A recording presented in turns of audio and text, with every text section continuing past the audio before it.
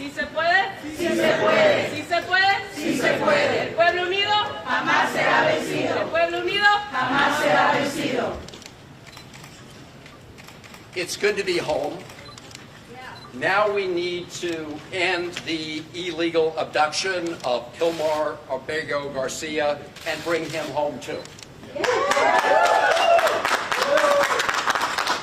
We're joined by his wife, Jennifer, by his mother, Cecilia, by his brother, Cesar, and thank all of the rest of you who are joining us in solidarity with the Constitution and Kilmar. Look, I'm a little sleep deprived, and I want to be as clear as possible about what this is about and what it's not about. So I'm going to read the remarks that I wrote on the plane ride home.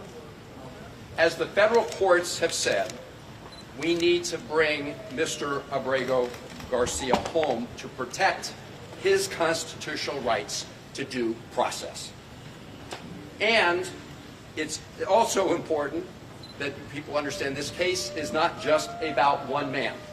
It's about protecting the constitutional rights of everybody who resides in the United States of America.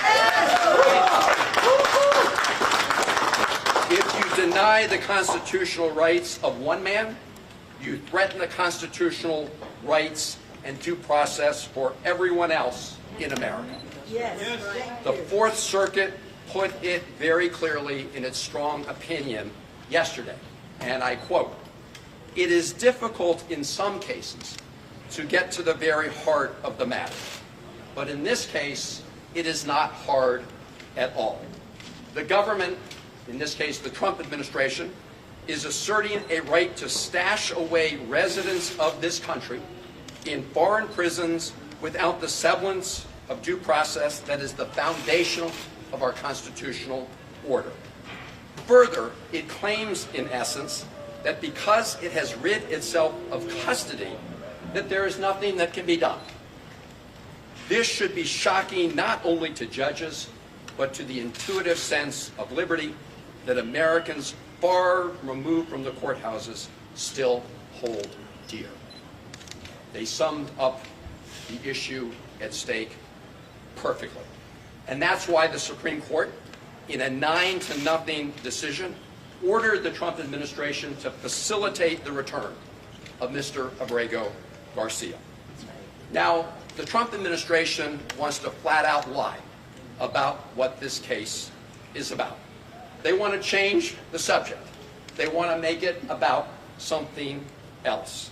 And they are flouting the orders from the Federal District Court, the Fourth Circuit Court, and the Supreme Court to facilitate his return. That's why I traveled to El Salvador, leaving here on Wednesday. And I want to express my gratitude to members of my family and members of my staff who agree that we all must be prepared to take risks because of the current risk to our Constitution itself.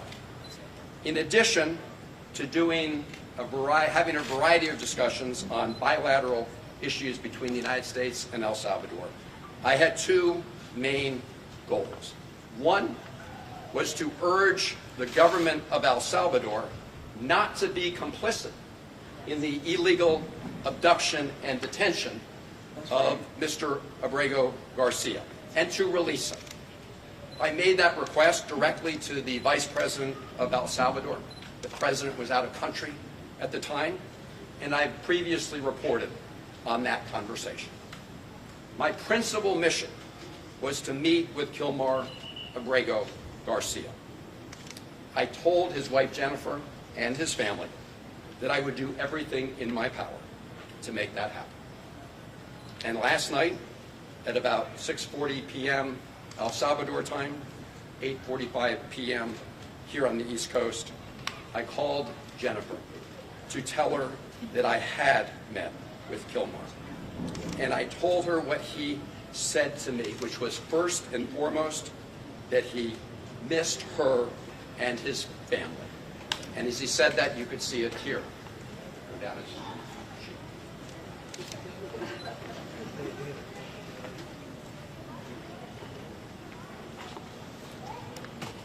Now, getting a meeting with Kilmar was not easy. On Wednesday, I met with the Vice President of El Salvador and asked if I could meet with him. The answer was no. I asked if I returned the following week whether I could meet with him. The answer was no. I asked if I could call him on the phone. The answer was no. I asked if his wife Jennifer could call him on the phone. The answer was no. No to his wife, no to his mother, no to his lawyers. So the following day, which was yesterday, I decided to give it another try by driving to Sikot.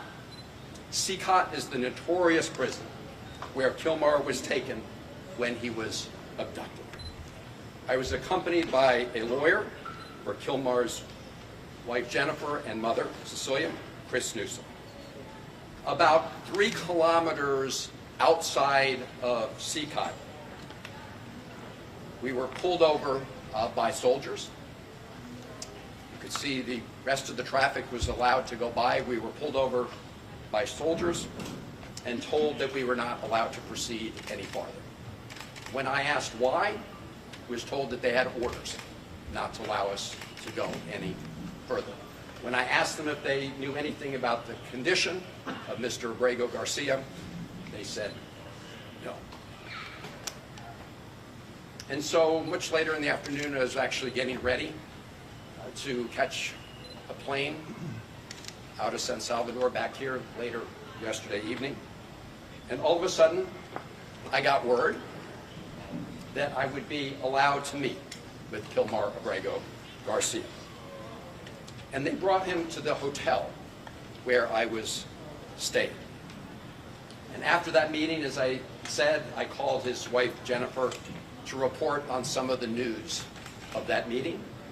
And now I'm going to report to all of you about our discussion. When I told him that his wife and family sent their love and were fighting for Kilmar to return home every day, he said that he was worried about all of you. That was his response. How are you dealing with this horrible ordeal and nightmare for the family? He said that thinking of you, members of his family, is what gave him the strength to persevere, to keep going day to day, even under these awful circumstances. He spoke several times about your 5-year-old son who has autism. 5-year-old son who was in the car in Maryland when Kilmar was pulled over by U.S. government agents and handcuffed. His 5-year-old son was in the car at that time. He told me that he was taken to Baltimore first. I assume that was the Baltimore Detention Center. He asked to make a phone call from there to let people know what had happened to him. But he was denied that opportunity. He said he was later taken with some others from Baltimore to a detention center in Texas. And some point thereafter, I don't know whether it was a period of hours or days, he was handcuffed, shackled, and put on a plane along with some others where they couldn't see out of the windows. There was no way to see where they were going in the plane. They didn't know for sure where they were going. They landed in El Salvador, and he was taken to Sikot prison. He was placed in a cell with, if I recall correctly, and don't hold me to it, of about 25 other prisoners at Sikot. He said he was not afraid of the other prisoners in his immediate cell, but that he was traumatized by being at Sikot and fearful of many of the prisoners in other cell blocks who called out to him and taunted him in various ways. He told me and this was yesterday, that 8 days ago, so I guess 9 days ago from today, he was moved to another detention center in Santa Ana, where the conditions are better. But he said despite the better conditions, he still has no access to any news from the outside world and no ability to communicate with anybody in the outside world. His conversation with me was the first communication he'd had with anybody outside a prison since he was abducted. He said he felt very sad about being in a prison because he had not committed any crimes. When I asked him what was the one thing he would ask for in addition to his freedom, he said he wanted to talk to his wife, Joan. I told him I would work very hard to make that happen. I told him that in addition to his family, that all of you who are here today were fighting to bring him home. I told him that his brothers and sisters in his union, the sheet metal workers union, were fighting to bring him home. That brought a smile to his face. I told him that millions of Americans understand that what is happening to him is a threat to their own constitutional rights. I told him about the decisions of the federal courts, the district court, the Fourth Circuit Court, the Supreme Court. And I think that in addition to knowing that his family was fighting for him, all of that gave him strength, the fact that all of you here were fighting for him. I want to say something about the Trump administration's efforts to change the conversation about what this case is about. This case is about upholding constitutional rights for Abrego Garcia and for every American.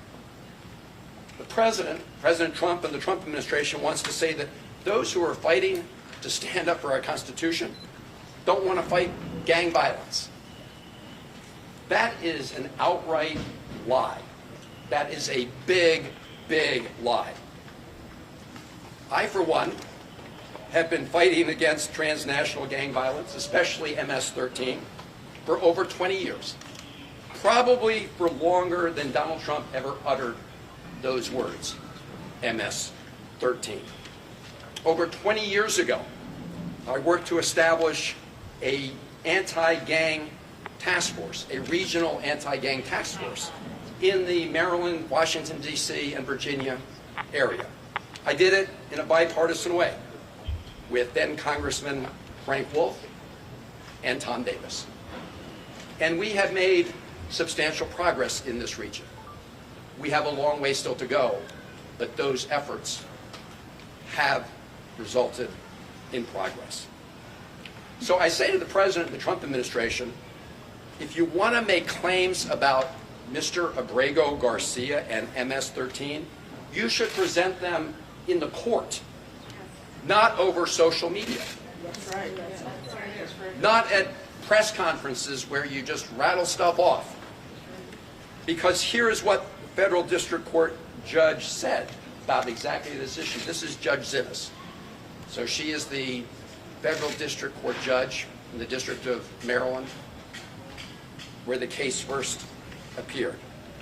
This is a quote from her opinion.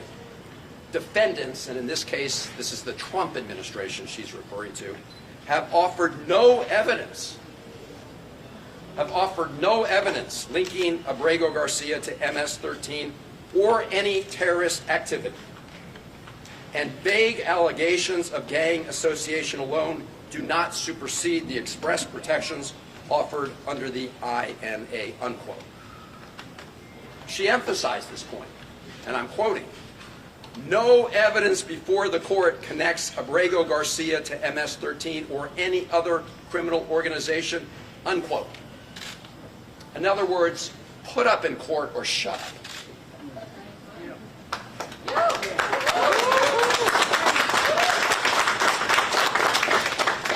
What the Trump administration did admit in court was that Kilmar Abrego Garcia has been mistakenly detained.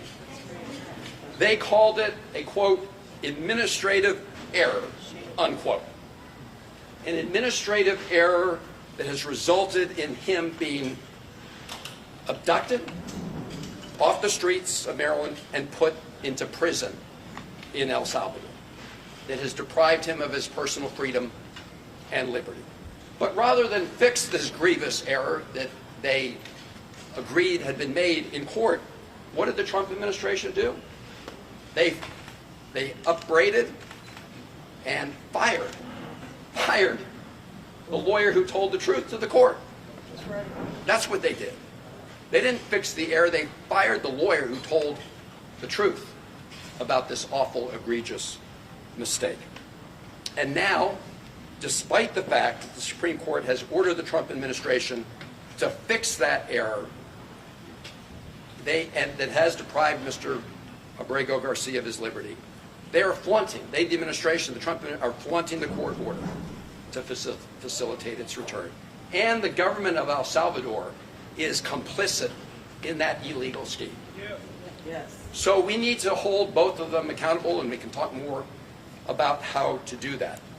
But as I said at the beginning, this case is not only about one man, as important as that is. It is about protecting fundamental freedoms and the fundamental principle in the Constitution for due process that protects everybody who resides in America. This should not be an issue for Republicans or Democrats.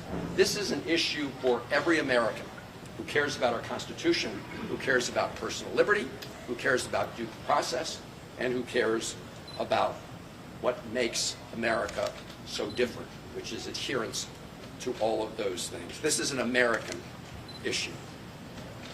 Now I just want to take a moment. I hadn't planned to do this, but as I was landing on the airplane, I got a transcript of some questions President Trump was asked at the White House today about what I would call margarita gate. I don't know if you guys have been following this, but President Bukele, after I met with Kilmar, did this tweet showing us at a table with these two glasses. So here's what happened. When I first sat down with Kilmar, we just had glasses of water on the table. I think maybe some coffee. And as we were talking, one of the government people came over and deposited two other glasses on the table with ice, and I don't know if it was salt or sugar around the top, but they look like margaritas. And if you look at the one they put in front of Kilmar, it actually had a little less liquid than the one in front of me, to try to make it look, I assume, like he drank out of it. Let me just be very clear. Neither of us touched the drinks that were in front of us. And if you want to play a little Sherlock Holmes, I'll tell you how you can know that. So if you look at the video or the picture I sent out from the beginning of our meeting, you'll see there are no glasses on the table. So you'll see in later videos they are on the table. But they made a little mistake. For some people are very careful, right? If you sip out of one of those glasses, some of whatever it was, salt or sugar, would disappear. You would see a gap. There's no gap. Nobody drank any margaritas or sugar water or whatever it is. But this is a lesson into the lengths that President Bukele will do to deceive people about what's going on. And it also shows the lengths that the Trump administration and the president will go to, because when he was asked about a reporter about this, he just went along for the ride. So the White House and the president have been lying about this case from the beginning. They've been trying to change the subject from the beginning. As I said, and the courts have said, from the Supreme Court to the Fourth Circuit to the District Court, what this is about is adhering to the Constitution, to the right of due process. And that's why we say, bring Kilmar home, so he can be afforded his rights under the Constitution. That's what this is about. Kilmar had any idea the firestorm his deportation has caused here in America? So I told him, that was the first he'd heard. You could address the panel. Sure. The first he heard is that after I told him that his family was fighting for him, I told him everybody else that was fighting for him, including his union members, but also people from across Maryland, in fact, across the country, who recognize that depriving Kilmar of his constitutional rights is a threat to everybody who resides in America. He had not heard that. I believe that gave him additional strength. Senator, what did Abrego Garcia say that the officials in El Salvador told him about why he was sent to that prison and how long he would be there? They haven't told him anything about why he was sent. Or how long he would be there? They didn't tell him anything about that. And In fact, I asked the vice president exactly that question. You know, why is he here? Is he violating any laws in El Salvador? Do you have any proof that he's committed a crime? No. Why is he here? Because the Trump administration is paying us to keep him here. Did he say he had heard from other migrants that were also there, that were also deported to that prison? Did what? I'm sorry. Did he say what he had heard from others who were also deported to that prison? He did not know about what was happening in the outside world. Senator Hollen, can you talk about... And let me just say, at CCOT, I want to be really clear, at CCOT, they don't let any of the prisoners have access to the outside world. That's one of the conditions, one of the notorious parts of that prison, which, by the way, is a blatant violation of international law, as I said when I was... Senator Hollen, can you talk about... You're the first person that can see a person that was in Secot and that left Secot even for a few minutes. What did he say about how it is being there? Because he is the first prisoner from Secot that was outside, ever. Oh, as I think I said, I mean, he said what he said was that it was his best guess that most of the cells were packed with about 100 people. I asked him why. He said when they take a roll call during the day, people have to call out their names from different cells. As I said, in his cell, I believe there were about 25 people until he was moved. But as I said, while he wasn't fearful of the other prisoners in his own cell, he was fearful about the taunts that he received from other prisoners in CCOT. Senator Hollen, can you talk about... Okay, So what do you think you've achieved with this trip, and what's next in terms of getting him actually released and sent back to the United States? Well, the first thing was to accomplish what his mother and family were really desperate to learn, which is that he's alive. I hadn't heard a thing about him. That for someone who's, he's obviously in a terrible situation. As I said, he's experienced trauma. He said he's sad every day. But I think this persistence resulted in having this chance to meet with him, to begin to get a little bit of his story. And I think it is the first step to ultimately bringing him home as the Constitution requires. Can you talk about... Pressure to let you visit him. His health, his well-being, did you sense, get any indication that he'd been abused? I did not get that sense. Look, you never know, but I asked him if he was okay. He said yes. He said he has a blood pressure condition. He has seen a doctor. So, on a very cursory examination, he appeared okay. Now, I will say, just to be clear, there was some negotiation about the terms of this meeting, and we were kind of surrounded by video cameras. So I do want to say that was the setting he was in. I should also just say, I mentioned the fake margarita. They actually wanted to have the meeting by the side of the pool, in the hotel. Just right. I mean, this is a guy who's been in CCOT. This is a guy who's been detained. They want to create this appearance that life was just lovely for Kilmar, which of course is a big... Senator, have you been having any conversations over the course of the last 48 hours? I know you've been busy in El Salvador with Trump administration officials. Was there any indication, maybe with the administration, that they were more flexible than what they were saying publicly? I have not. I did have a meeting with folks at the American Embassy there. And I really want to applaud them and every member of the Foreign Service and State Department in El Salvador and everywhere around the world.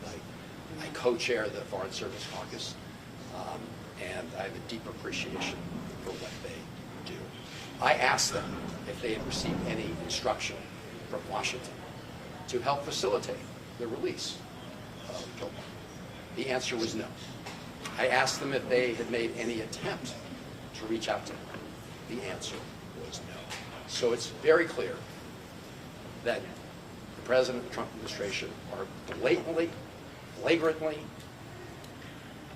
disagreeing with, defying the order from the Supreme Court. Senator, can you talk about who from the El Salvadorian government contacted you to facilitate this meeting? You mentioned that there were terms associated with the meeting. Were you told not to reveal any details from the meeting until you came back to the United States? And were you at all concerned for your safety in and around this meeting taking place or at any point during your time in El Salvador? So I was not concerned about my safety at this meeting. And I will say, obviously there's a lot of uncertainty when you're approached by soldiers and have your car pulled over to the side of the road and told you can't go any further. But I will say that the soldiers acted professionally, okay, in their encounter with me. They had their orders. They implemented their orders. In terms of, I'm sorry, what was about the meeting? How the meeting came to be? Who contacted you from the So government? the meeting, they reached out to Who's say they? they would meet. The Salvadorian government. Look, in El Salvador, everything happens because Bukele says it could happen. And if you look at the video he sent out right afterwards with the fake margaritas, you can see that all of that was a setup. Okay, so that's why. And as to how I was notified, their message was transmitted to me through the embassy. Senator, the Vice President, were you able to explain anything about the agreement that the United Right here, and States... then I'll go right there. So the response from Republicans to your visit is that you care more to meet with Abrego Garcia than you do with Rachel Moore, who is the mother of a Maryland woman who died in your state. What is your response to that criticism specifically? Well, my response is that my heart goes out to the family of Rachel Moore. As I said at the time, my heart breaks for what happened to them. That should not happen to any family in America.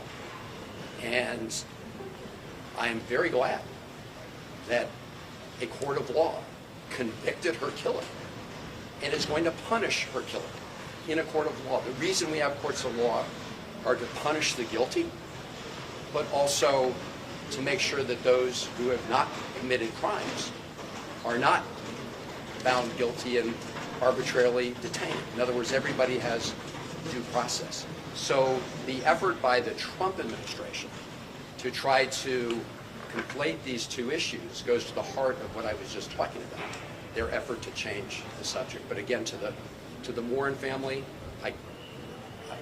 we have 3 children. I cannot imagine losing a child in the heartbreak that caused, and it should not happen. And my heart breaks for everybody in Maryland or America who has lost a loved one to violence, regardless of the perpetrator. Senator, in your meeting with the Vice President, were you able to glean any information about the United States agreement with El Salvador related to the detention facility, the terms, how much we pay, if the government has any say whatsoever what happens inside directly? So I didn't learn that directly from the Vice President, but I have learned about the commitments that have been made. So the Trump administration has promised to pay El Salvador $15 million to detain these prisoners, including the illegally abducted Kilmar. My best information, and it's pretty good, indicates that to date they've paid out more than $4 million of that 15 million. As to the terms of an agreement, I've not seen an agreement. I don't know whether there is an agreement that specifically spells out the terms and conditions here. I am aware that there was some document that memorialized the payments, but again, I do not know in any way if it goes through the details. Senator, what's the next step here in light of the defiance, or perceived defiance from the Trump administration? What does Congress do? So, you know, everybody asks those of us who are Democratic senators whether there's any bottom line where Republican senators will say enough's enough and won't simply continue to be rubber stamps for the Trump administration. So far, we haven't hit bottom. In this case, we have what I believe is an outright defiance of the Supreme Court. People still may want to hang their hat on the fact that it hasn't been completely adjudicated. As you know, the federal district court judge has ordered depositions of the administration officials. The Trump administration appealed it. That's what the Fourth Circuit decision was all about. That may well go to the Supreme Court. I don't know if the Trump administration is appealing that. So the question is there any point when the president is violating the Constitution of the United States that Republicans will stand up for the Constitution rather than just continue to do the bidding of Without the Trump Republicans, administration? Democrats are powerless. When it comes to Congress. But let me say something on that. Not totally powerless. Because appropriations need to go through the Congress. And that $15 million, you can be sure we're going to be looking for where it is. Because that wasn't authorized in previous appropriations. We're operating under a continuing resolution. Now, they may try to pretend they can transfer that. But there's some indication that they were planning anyway, until now, to make that as part of their request. And you can be sure that I won't support the use of 1 penny of taxpayer dollars to keep Abrego Garcia illegally detained in El Salvador. And so as part of that process, yes, Democrats, at least in the Senate, has some sway. Now, I want to say something about the government of El Salvador. They are making a huge mistake. You know, they want to brand themselves as a country for technology. You know, the president said, you know, Bitcoin is legal tender. But now what they're branding themselves as the place for these huge prisons where people who are illegally abducted are warehoused. That is not a good look. There are also other things Americans can do with respect to economic pressure on El Salvador. People can stop traveling there. Actually, tourism's been going up. They can stop traveling there. There may be states that decide, you know, they don't want any of their pension funds invested in companies that invest in a place like El Salvador. So there are many things that can be done, and I just urge the president of El Salvador, the vice president of El Salvador, to rethink whether they want to become the place that just gets paid off for being complicit in this illegal scheme. Senator, what's your colleagues plan to go down? What do you hope to do more? There's two more right here. Senator, why did the Salvadoran government reverse itself on allowing you to meet with Mr. Abrego Garcia after telling you no? And also, do you have a sense of why the government transferred Mr. Abrego Garcia from CCOT to this other prison in Santa Ana? Well, I think the reason they relented is pretty clear. They were feeling the pressure. I mean, they were feeling the pressure because while I was in El Salvador, we had 2 major press conferences that included the local press who reported on this. And I think that they decided that it was not a good look to continue to detain Abrego Garcia without anybody having access to him. There's no other explanation for the fact that they said no, and then prevented us from going to the prison. So that's why. I'm sorry, what was the second part of your question? The second part, why and welcome home. Why did they transfer him from CCOT to the other prison in Salvador? No, well, I mean, number one, I will say, my main request was to meet with him. And as I said, he's no longer at CCOT. So he's at a different prison, which is pretty far outside of San Salvador.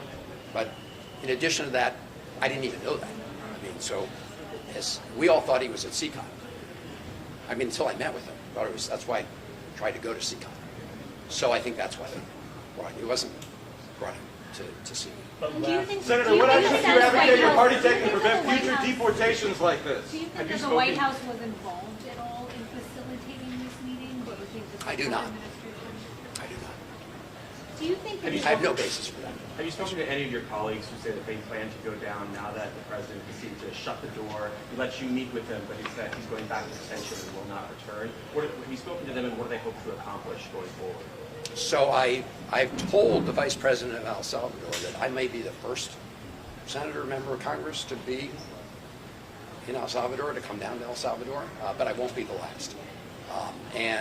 There are others coming. I've got to give them a call after this meeting to brief them on my trip. But this goes back to the fact that, you know, El Salvador is making a big mistake. President El Salvador is making a big mistake in being complicit in this illegal scheme. How long did you meet for? How long did you sit We met for over half an hour. There was no. Senator, Now- what else can your Democratic now- colleagues do to prevent future illegal deportations like this? You mentioned the International Covenant of Civil and Last Political Rights. Yes. Do you think that, and El Salvador is a party to that, do you think that you're mentioning that is part of what facilitated? I think it could have been a factor because they are in blatant violation of that requirement, that international law requirement. Not only in this case, but actually in all of these cases, because I said the policy at that prison, CCOT, is to have no communication, not with your lawyer, not with your family, with nobody. That is a violation of international law. And as I mentioned, El Salvador is a signatory to that. Thank you all very much for being here. And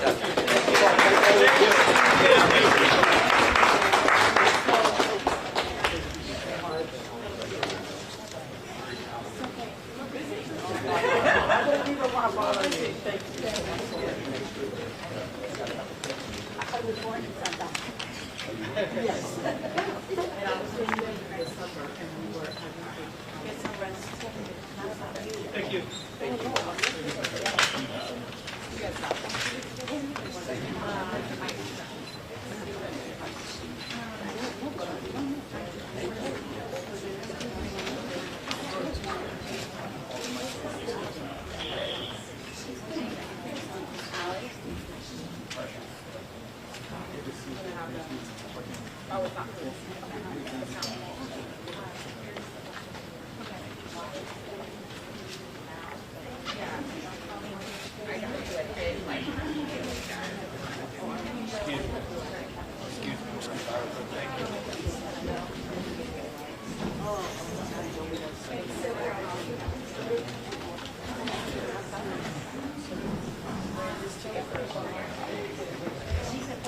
Se puede.